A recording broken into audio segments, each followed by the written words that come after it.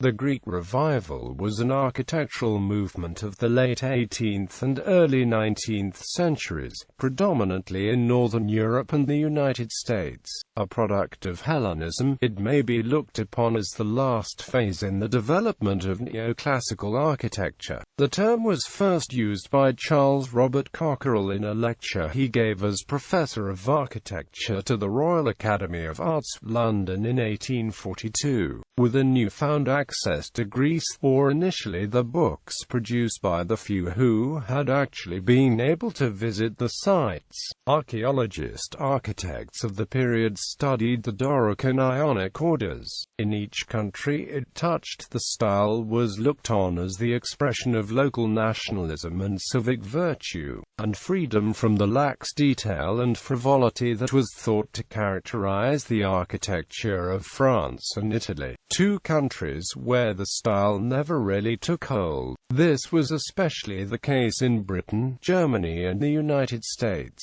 where the idiom was regarded as being free from ecclesiastical and aristocratic associations. The taste for all things Greek in furniture and interior design, sometimes called Neo-Greek, was at its peak by the beginning of the 19th century, when the designs of Thomas Hope had influenced a number of decorative styles known variously as Neoclassical, Empire, Russian Empire, and Regency architecture in Britain. Greek Revival architecture took a different course in a number of countries, lasting until the Civil War in America and even later in Scotland. Rediscovery of Greece. Despite the unbounded prestige of ancient Greece amongst the educated elite of Europe, there was minimal direct knowledge of that civilization before the middle of the 18th century. The monuments of Greek antiquity were known chiefly from Pausanias and other literary sources. Visiting Ottoman Greece was difficult and dangerous business prior to the period of stagnation beginning with the Great Turkish War. Few grand tourists called on Athens during the first half of the 18th century, and none made any significant study of the architectural ruins. It would take until the expedition funded by the Society of Dilettanti of 1751 by James Stewart and Nicholas Revett before serious archaeological inquiry began in earnest. Stewart and Revett's findings, published in 1762 as the Antiquities of Athens,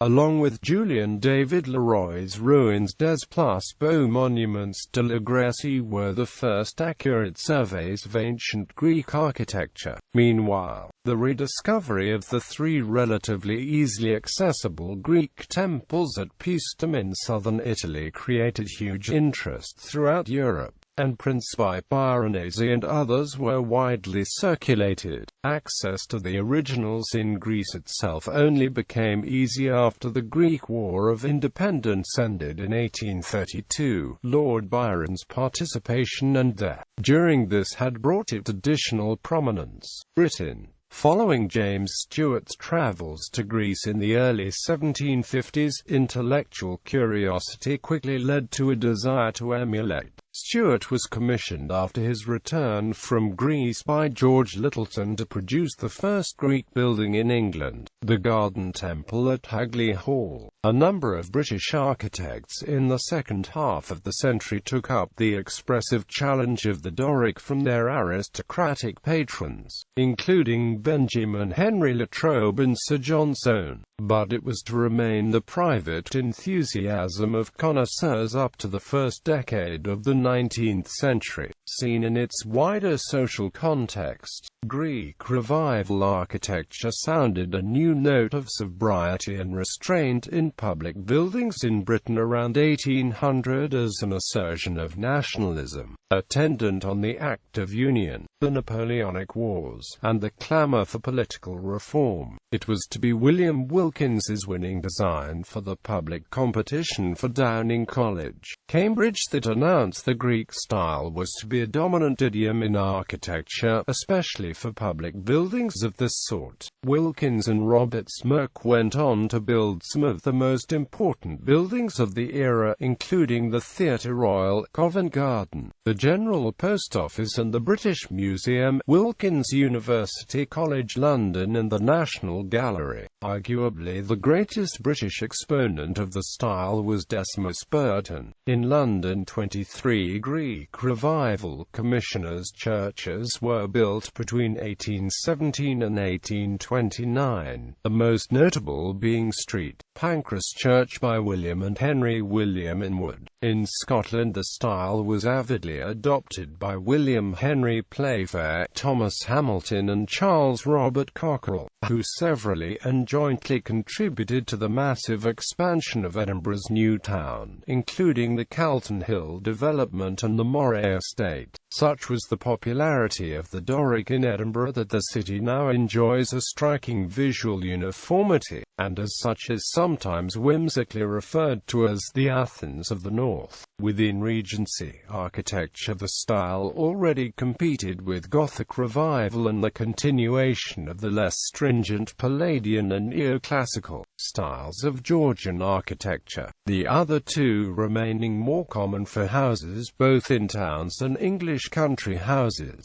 If it is tempting to see the Greek Revival as the expression of Regency authoritarianism, then the changing conditions of life in Britain made Doric the loser of the Battle of the Styles, dramatically symbolized by the selection of Barry's Gothic design for the Palace of Westminster in 1836. Nevertheless, Greek continued to be in favour in Scotland well into the 1870s in the singular figure of Alexander Thomson, known as Greek Thomson. Germany and France. In Germany, the Greek Revival is predominantly found in two centres, Berlin and Munich. In both locales, Doric was the court style rather than a popular movement, and was heavily patronized by Frederick William II and Ludwig I as the expression of the desires for the respective seats to become the capital of Germany. The earliest Greek building was the Brandenburg Gate by Carl Gotthard Langhans, who modeled it on the Propylaea. 10 years after the death of Frederick the Great, the Berlin Academy initiated a competition for a monument to the king that would promote morality and patriotism. Friedrich Gilli's unexecuted design for a temple raised above the Leipziger Platz caught the tenor of high idealism that the Germans sought in Greek architecture and was enormously influential on Carl Friedrich Schinkel and Leo von Klenz. Schinkel was in a position to stamp his mark on Berlin after the catastrophe of the French occupation ended in 1813. His work on what is now the Altes Museum, Schauspielhaus, and the Neue Wake transformed the city. Similarly, in Munich, von Klenz's Glyptothek and Walhalla were the fulfillment of Gilli's vision of an orderly and moral German world. The purity and seriousness of the style was intended as an assertion of German national values and partly intended as a deliberate riposte to France, where it never really caught on. By comparison, the Greek Revival in France was never popular with either the state or the public. What little there is started with Charles de Whaley's crypt in the Church of St. Leu St. Giles, and Claude Nicolas Leduc's Barrière des Bonshams. First-hand evidence of Greek architecture was of very little importance to the French, due to the influence of Marc-Antoine Laugier's doctrines that sought to discern the principles of the Greeks instead of the mere practices. It would take until Labuster's Neo-Greek of the Second Empire for the Greek Revival to flower briefly in France. Russia. The style was especially attractive in Russia, if only because they shared the Eastern Orthodox faith with the Greeks. The historic center of St. Petersburg was rebuilt by Alexander I of Russia, with many buildings giving the Greek Revival a Russian debut. The St. Petersburg Bourse on Vasilievsky Island has a temple front with 44 Doric columns. Leo von Klenz's expansion of the palace that is now the Hermitage Museum is another example of the style. Greece. Following the Greek War of Independence, Romantic nationalist ideology encouraged the use of historically Greek architectural styles in place of Ottoman or pan-European ones. Classical architecture was used for secular public buildings, while Byzantine architecture was preferred for churches. Examples of Greek Revival architecture in Greece include the Old Royal Palace, the Academy and University of Athens, the Zappeion, and the National Library of Greece. The most prominent architects in this style were Northern Europeans such as Christian and Theophil Hansen and Ernst Ziller, and German-trained Greeks, such as Stamatios Kleanthis and Panagis Kalkos. Rest of Europe. The style was generally popular in Northern Europe, and not in the South, at least during the main period. Examples can be found in Poland, Lithuania, and Finland, where the assembly of Greek buildings in Helsinki city centre is particularly notable. At the cultural edges of Europe, in the Swedish region of western Finland, Greek Revival motifs might be grafted on a purely Baroque design, as in the design for or of a church by Jacob Rijf 1792. A Greek Doric order, rendered in the anomalous form of pilasters, contrasts with the hipped roof and boldly scaled cupola and lantern, of wholly traditional Baroque inspiration. In Austria, one of the best examples of this style is the Parliament building designed by Baron von Hansen. North America. Thomas Jefferson owned a copy of the first volume of the Antiquities of Athens, and though he never practiced in the style, Jefferson was to prove instrumental in introducing Greek Revival architecture to the United States. In 1803, he appointed Benjamin Henry Latrobe as Surveyor of Public Building in the United States. Latrobe went on to design a number of important public buildings in Washington, D.C., and Philadelphia, including work on the United States Capitol and the Bank of Pennsylvania. Latrobe's design for the Capitol was an imaginative interpretation of the classical orders, not constrained by historical precedent, incorporating American motifs such as corn cobs and tobacco leaves. This idiosyncratic approach was to become typical of the American attitude to Greek detailing. His overall plan for the Capitol did not survive, though many of his interiors do. He also did notable work on the Supreme Court interior and his masterpiece, the Basilica of the Assumption of the Virgin Mary, Baltimore. Even as Latrobe claimed that, "I am a bigoted Greek in the condemnation of the Roman architecture," he did not seek to rigidly impose Greek forms, stating that, "Our religion requires a church wholly different from the temple, our legislative assemblies and our courts of justice, buildings of entirely different principles from the basilicas, and our amusements could not possibly be performed in the theatres or amphitheatres." Latrobe's circle of junior colleagues would prove to be an informal school of Greek revivalists, and it was his influence that was to shape the next generation of American architects. The second phase in the development of American Greek revivals, or the pupils of Latrobe, create a monumental national style under the patronage of banker and Helleneophile Nicholas Biddle, including such works as the Second Bank of the United States by William Strickland, Biddle's Home, Andalusia by Thomas U. Walter, and Girard College, also by Walter. New York saw the construction of the row of Greek temples at Sailor's Snug Harbor on Staten Island. These had varied functions within a home for retired sailors. At the same time, the popular appetite for the Greek was sustained by architectural pattern books,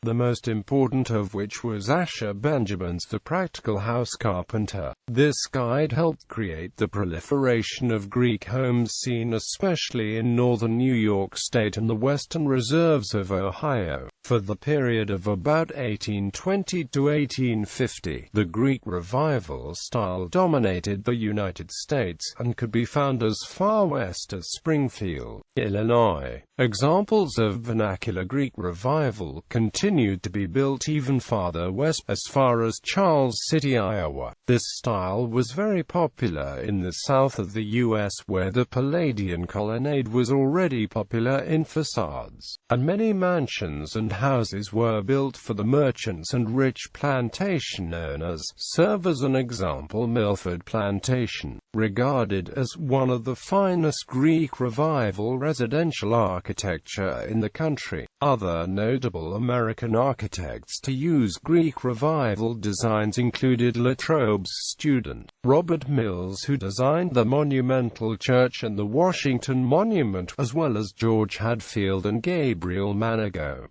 British colonies. In Canada, Montreal architect John Austell designed a number of prominent Greek Revival buildings, including the first building on the McGill University campus and Montreal's original Custom House, now part of the Pointe-à-Calerie Museum. The Toronto Street Post Office, completed in 1853, is another Canadian example. Polychromy. The discovery that the Greeks had painted their temples influenced the later development of the style. The archaeological digger D. Gina and Bassi in 1811–12 by Cockerell, Otto Magnus von Stackelberg, and Karl Haller von Hallestein had disinterred painted fragments of masonry daubed with impermanent colors. This revelation was a direct contradiction of Winckelmann's notion of the Greek temple as timeless, fixed, and pure in its whiteness. In 1823, Samuel Angel discovered the colored metopes of Temple C at Selininte, Sicily, and published them in 1826.